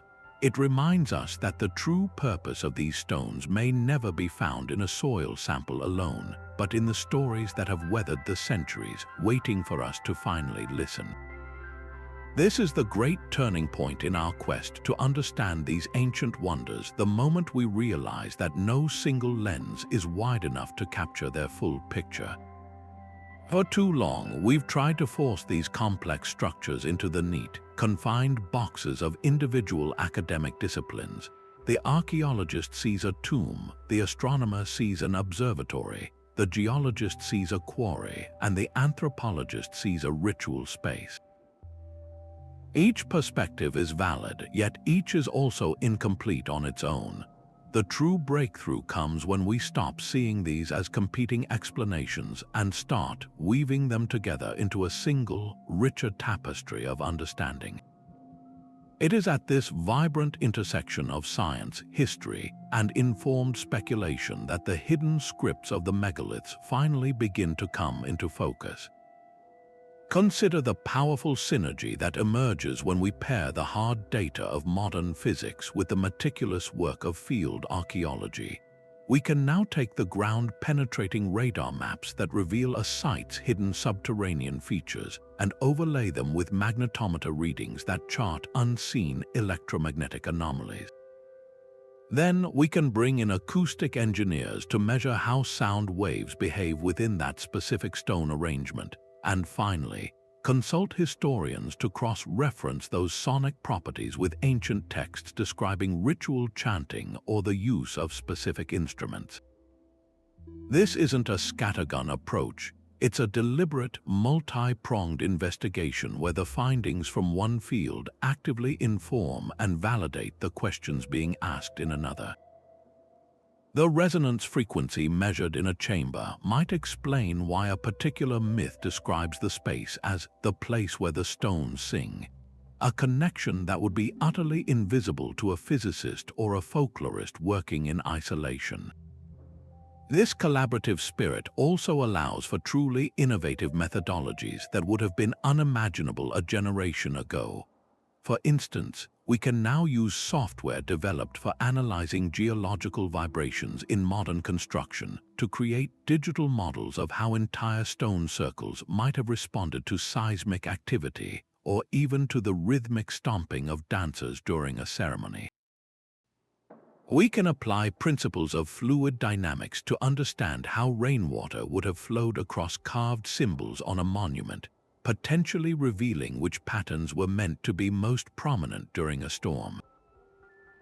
By borrowing tools from seemingly unrelated scientific fields, we can run countless virtual experiments, testing theories about energy flow, structural integrity, and sensory impact without ever disturbing the ancient stones themselves.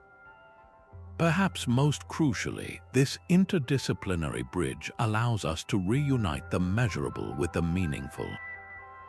A geologist can identify the specific mineral content of a bluestone and explain its piezoelectric potential, but it is the anthropologist, drawing from ethnographic studies of modern traditional societies, who can propose how that subtle energy might have been perceived, categorized, and incorporated into a cultural worldview.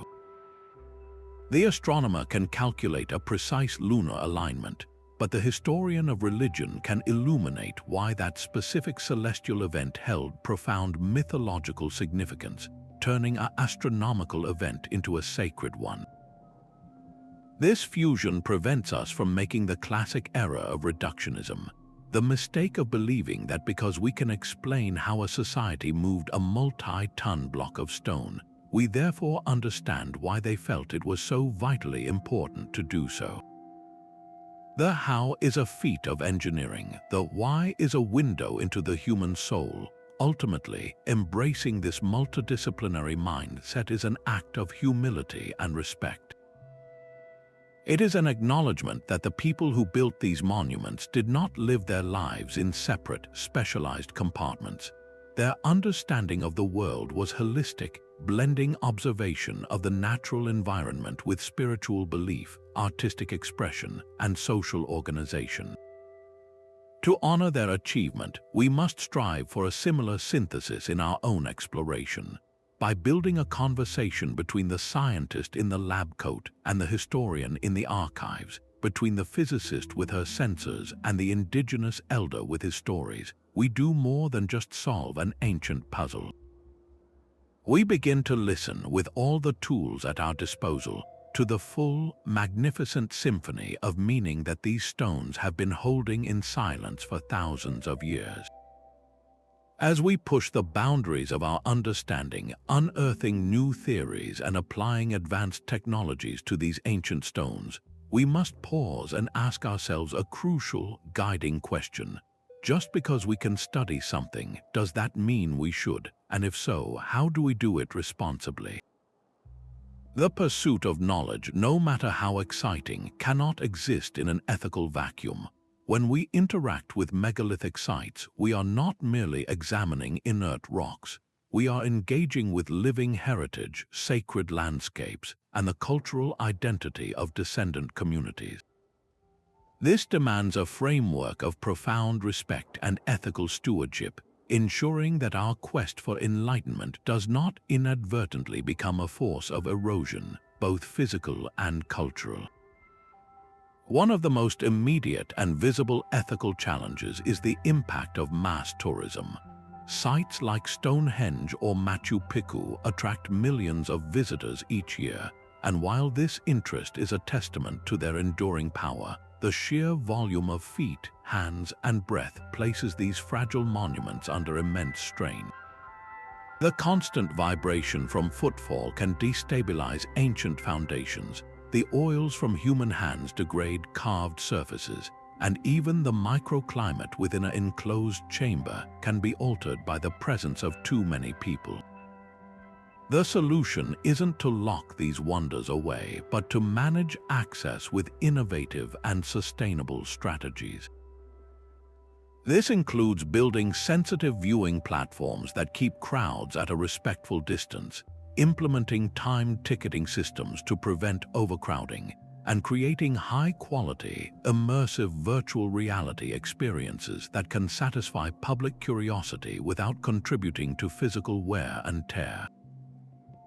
The goal is to preserve the integrity of the site for future generations, ensuring that 500 years from now, people can still experience the same awe that we do today. Beyond physical preservation lies the even more complex issue of cultural preservation.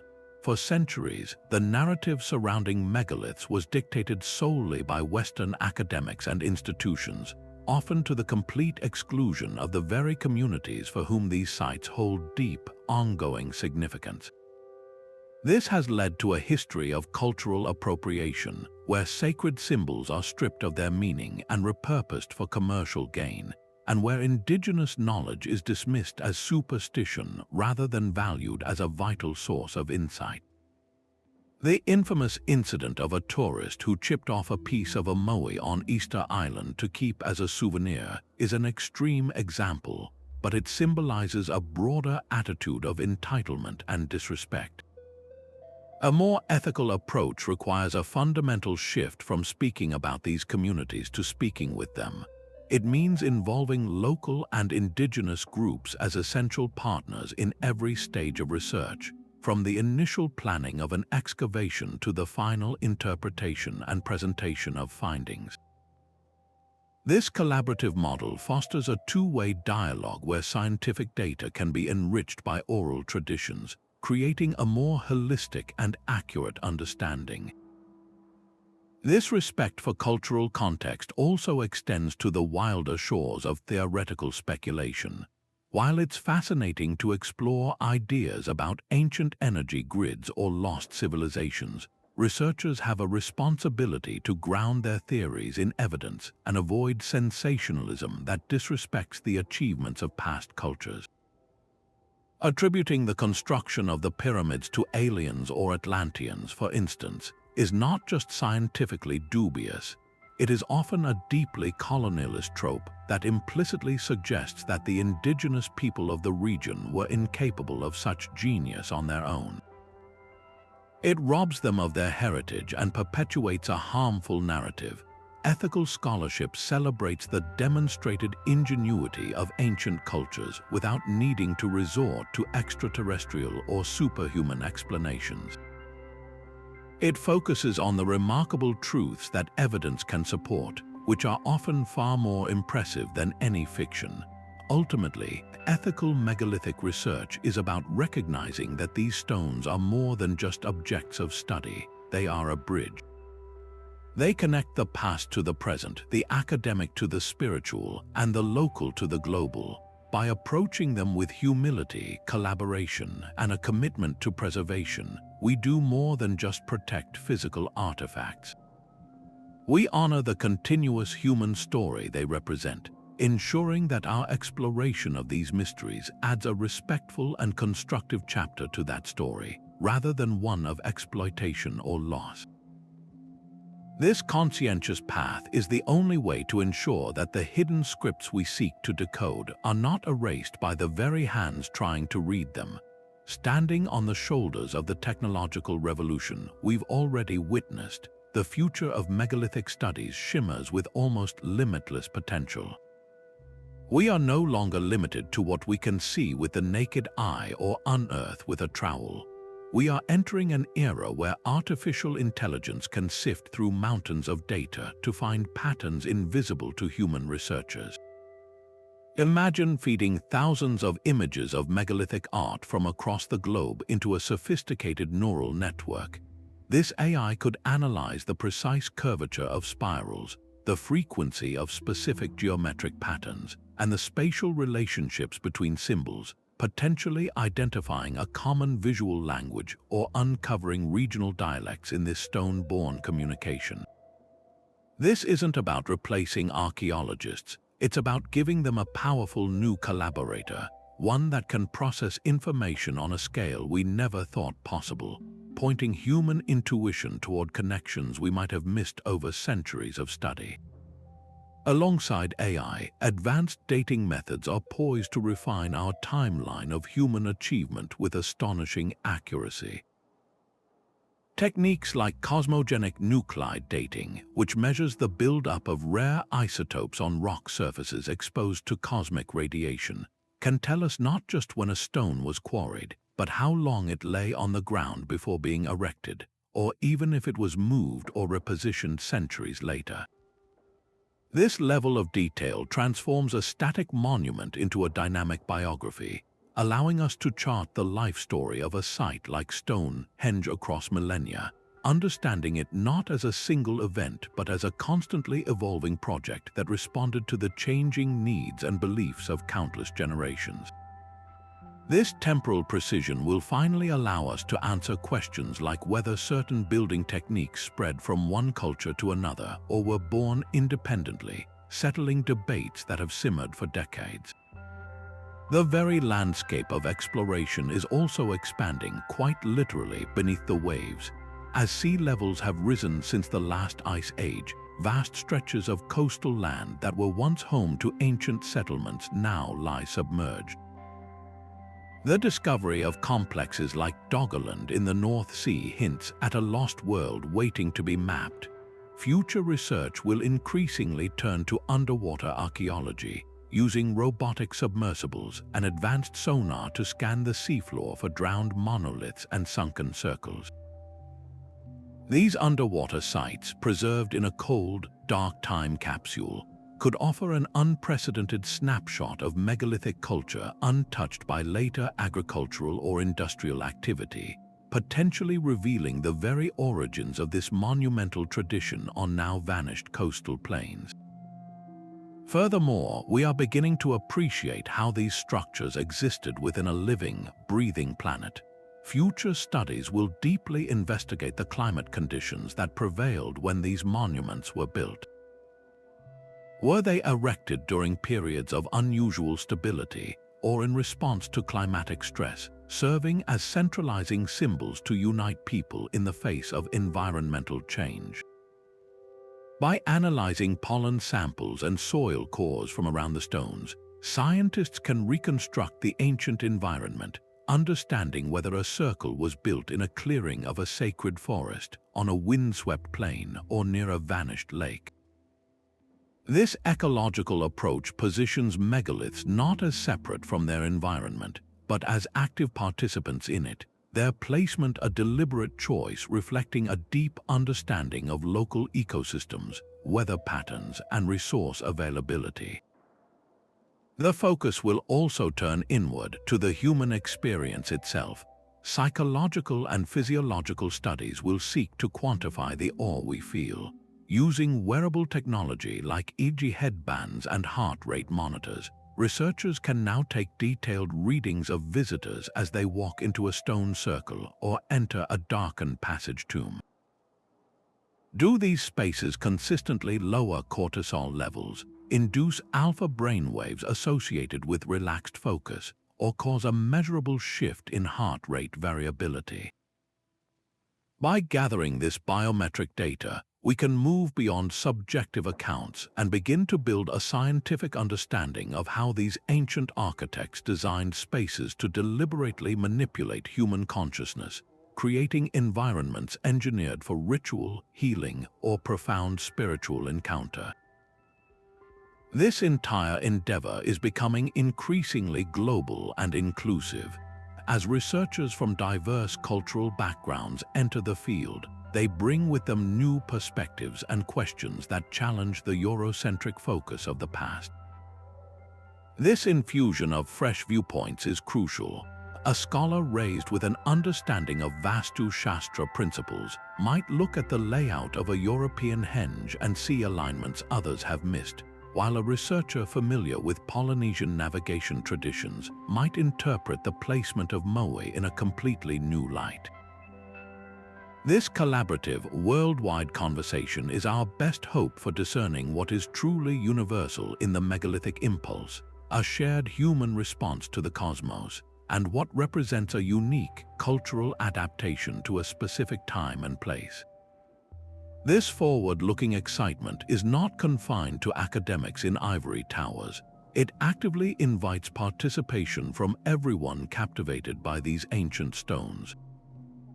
Citizen science projects are emerging where anyone with a smartphone can contribute to photo databases or help classify archaeological finds online.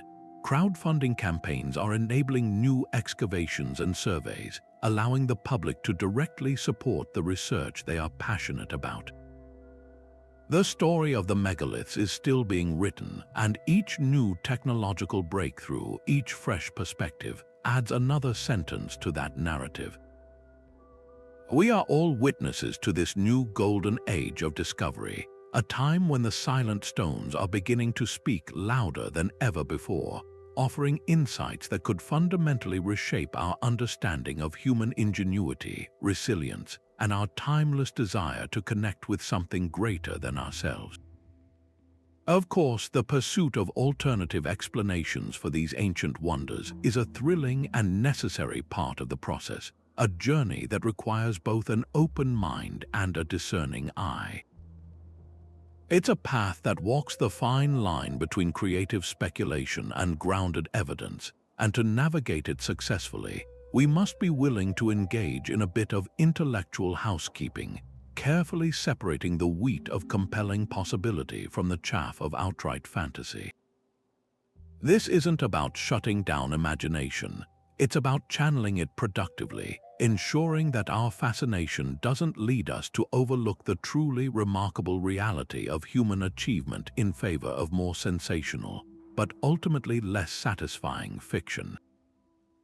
Perhaps the most pervasive and problematic myth in this realm is the persistent idea that these structures were built by visitors from other worlds or by a long-lost, hyper-advanced civilization like Atlantis.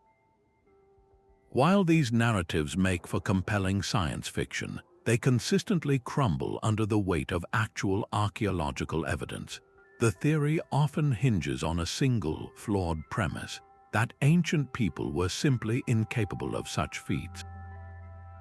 This idea is not just incorrect, it's a form of intellectual colonialism that disrespects the ingenuity of our ancestors. we have overwhelming evidence of the quarry sites where these stones were extracted. We've found the stone and antler tools used to shape them. We've even discovered the remnants of sledges, rollers, and ropes, and through experimental archaeology, we've demonstrated that with enough coordinated labor and clever engineering, these monuments are entirely within the realm of human possibility. To attribute them to aliens or a mythical superculture is to ignore this mountain of hard-won knowledge, and in doing so, to rob the actual builders of the credit they so richly deserve for their perseverance, intelligence, and collaborative spirit. Another common trope that surfaces is the claim of anti-gravity technology or acoustic levitation, suggesting that stones were made weightless and floated into place with sound. While it's true that many megalithic sites possess fascinating acoustic properties, as we've discussed, there's a vast difference between using sound to enhance a ritual and using it to defy the laws of physics. The acoustic levitation idea is often based on misinterpretations of historical texts or on modern parlor tricks that use carefully tuned sound waves to suspend very small, very light objects a far cry from hoisting an 80-ton block of granite. More importantly, this theory is a classic example of what's known as an argument from ignorance. Just because we might not fully understand every detail of the construction process doesn't mean the explanation must be magical or supernatural. The real story of how these stones were moved, using levers, pulleys, and immense communal effort, is arguably more impressive than any fantasy, as it showcases the raw power of human determination and collective will. So how do we navigate this landscape of ideas without falling into these tempting traps? The answer lies in embracing a balanced approach that values both creativity and credibility. This means applying the same scientific rigor we would to any other field of inquiry. A strong theory should be based on testable evidence, whether that's geological, archaeological, or anthropological. It should be subject to peer review, where other experts in relevant fields can examine the claims, attempt to replicate the findings, and poke holes in the logic. This process isn't about suppressing new ideas, it's about stress testing them to see if they hold up. A claim that a site is built on a powerful energy ley line becomes much more compelling when geologists with sensitive magnetometers can go and consistently measure an anomalous reading there. A theory about astronomical alignments gains credibility when it can accurately predict not just a solstice sunrise, but the rise of a specific star on a specific date that held cultural significance. This critical mindset is absolutely essential for maintaining the integrity of megalithic studies. It protects the field from being hijacked by sensationalism and ensures that public discussion is informed by evidence rather than spectacle. However, it is equally important to remember that being critical does not mean being closed off. The history of science is filled with examples of ideas that were initially dismissed as ridiculous only to be proven correct later. The key is to follow the evidence wherever it leads, even if it challenges conventional wisdom, but to demand that the evidence be robust, repeatable, and contextual. We must remain open to the possibility that ancient cultures possessed knowledge and techniques that we have since forgotten or are only now rediscovering, while simultaneously requiring that these possibilities be supported by something more substantial than a compelling YouTube video or a mysterious ancient text. By holding ourselves to this higher standard of inquiry, we honor the true mystery of the megaliths, not by inventing easy answers, but by embracing the complex, challenging, and utterly human story they have to tell.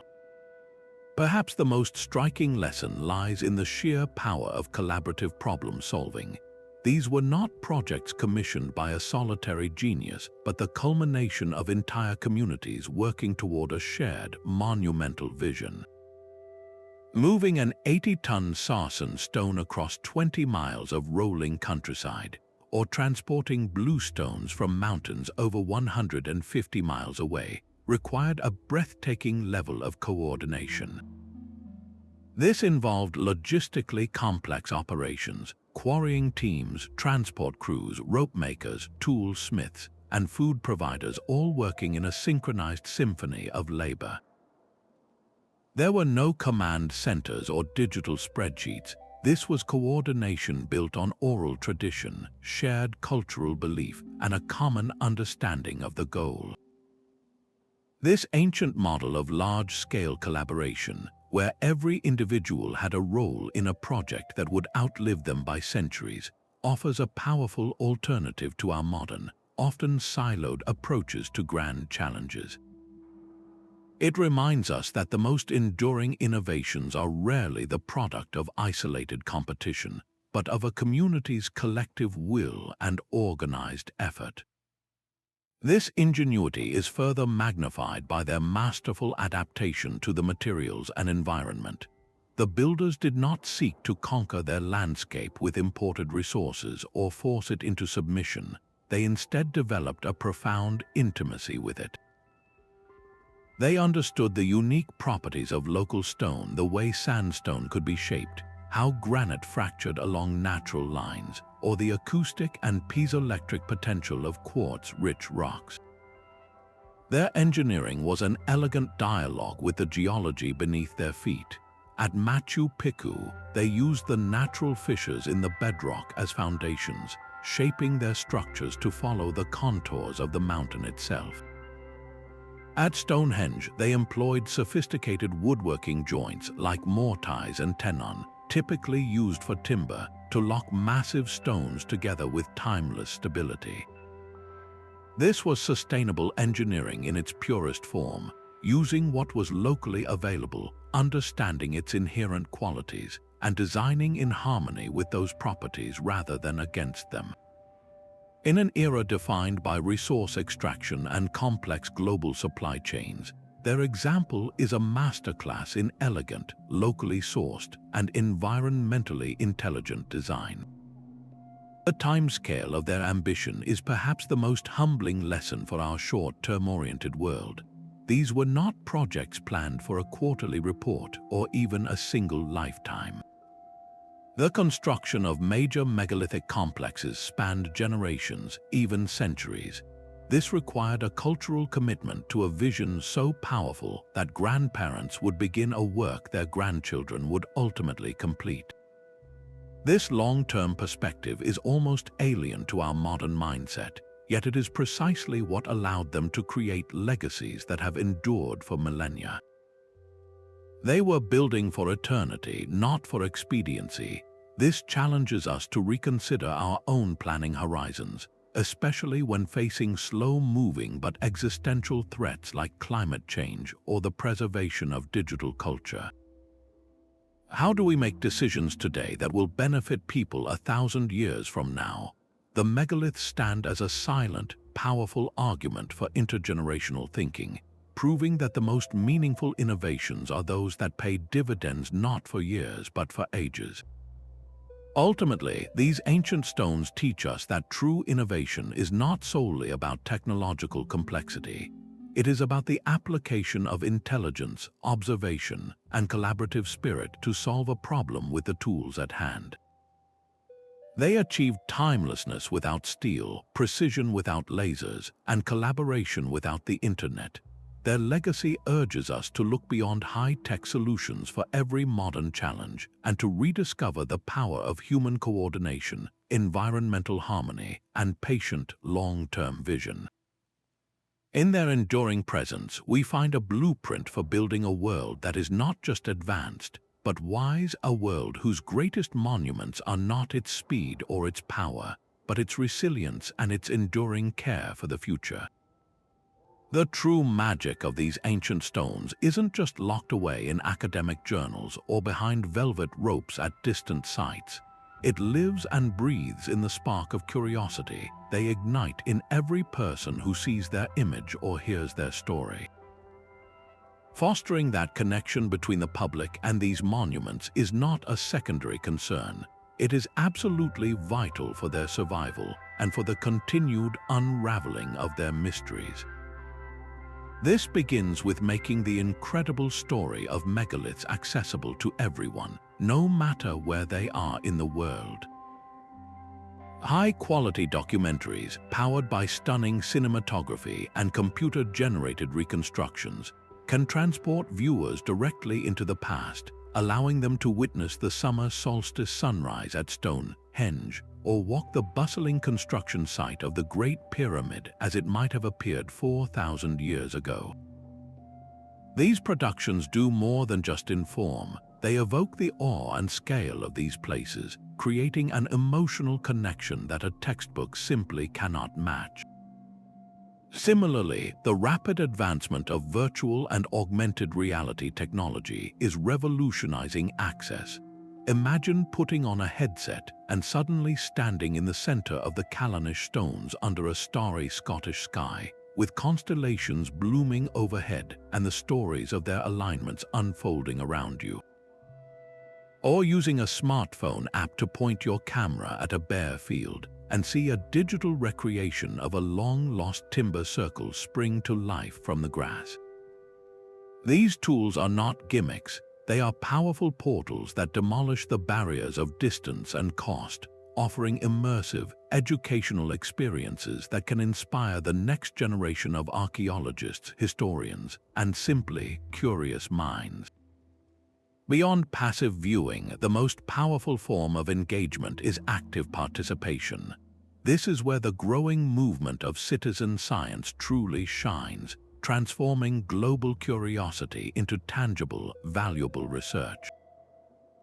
Projects like the ambitious Stones of Stonehenge initiative invite members of the public to help archaeologists categorize thousands of images of stone fragments, playing a crucial role in piecing together the monument's history from the comfort of their own homes. Online platforms allow anyone with an internet connection to scour satellite imagery for potential new sites or to transcribe excavation diaries from decades past. This democratization of research makes everyone a partner in discovery. It's one thing to be told about archaeology. It's an entirely different, more thrilling experience to actually do it and to know that your contribution, however small, is adding a new piece to the vast global puzzle. For those who can travel, organized community excavations offer an even deeper hands-on experience. These aren't just tourist digs, they are properly supervised projects where local volunteers work alongside professionals, learning the painstaking techniques of troweling, sieving, and recording. This first-hand involvement fosters a profound sense of stewardship. When you have carefully brushed the soil from a potsherd that hasn't seen the light of day for 5,000 years, your relationship with the past changes forever. You become not just a visitor to history, but its guardian. Ultimately, the goal of all this engagement is to cultivate a culture of respectful and responsible tourism. These sites are not indestructible. They are fragile, non-renewable resources. The challenge is to balance the public's undeniable right to experience and enjoy this heritage with the absolute imperative to preserve it for future generations. This is achieved through smart, sensitive management. Building thoughtfully designed viewing platforms and walkways that protect the ground from erosion, implementing advanced booking systems that control visitor numbers to prevent overcrowding, and training knowledgeable guides who can bring the stones to life with captivating stories while also enforcing rules against touching or climbing. These are all essential strategies. The message that must be conveyed is one of shared responsibility. We are not just consumers of these ancient wonders, we are their temporary custodians. Every visit should be guided by the principle of leave no trace, ensuring that the only thing we take away is photographs and memories, and the only thing we leave behind is our respect. By weaving together cutting-edge technology, hands-on participation, and a strong ethic of conservation, we do more than just protect piles of old rocks. We keep a conversation alive across centuries, ensuring that the silent questions posed by these magnificent monuments continue to find eager, thoughtful, and caring listeners in the generations to come. And so our journey through the world of monumental stones comes to a close, but the conversation they spark is far from over. We began by questioning the comfortable stories we've long been told about these ancient sites, that they were simple tombs, basic temples, or primitive calendars. What we've discovered instead is a breathtaking tapestry of possibilities that reveals our ancestors not as primitive people, but as sophisticated thinkers, ingenious engineers, and profound philosophers who seamlessly wove together the threads of science, spirituality, and society into stone. From the potential of sites like Karnak to harness the Earth's own energies, to the precise geodetic markers that may have formed a prehistoric navigation network, to the resonant chambers designed to alter consciousness with sound, each theory peels back another layer of complexity. We've seen how the placement of these structures on geological fault lines and near water sources suggests a deep understanding of the living landscape, while the intricate carvings adorning them hint at a lost symbolic language waiting to be fully deciphered. The Great Pyramid's mathematical perfection, Stonehenge's role as a healing center and social hub, and the Moai's function within Easter Island's ecological system all point to a reality where these monuments served multiple, interconnected purposes that modern science is only beginning to appreciate. This exploration does more than just rewrite history. It reconnects us with a different way of seeing the world. It reminds us that the drive to understand our universe, to create meaning, and to build a legacy is a fundamental part of the human story. These stones stand as eternal invitations to remain curious, to question established narratives, and to approach the past with both wonder and humility. They challenge us to look beyond the surface, to listen for the whispers of ingenuity carried on the wind through these ancient circles, and to appreciate the incredible things we can achieve when we work together toward a common, awe-inspiring vision. The greatest lesson they teach is that the pursuit of understanding is itself a form of reverence, a way to honor the ingenuity of those who came before us while inspiring the explorers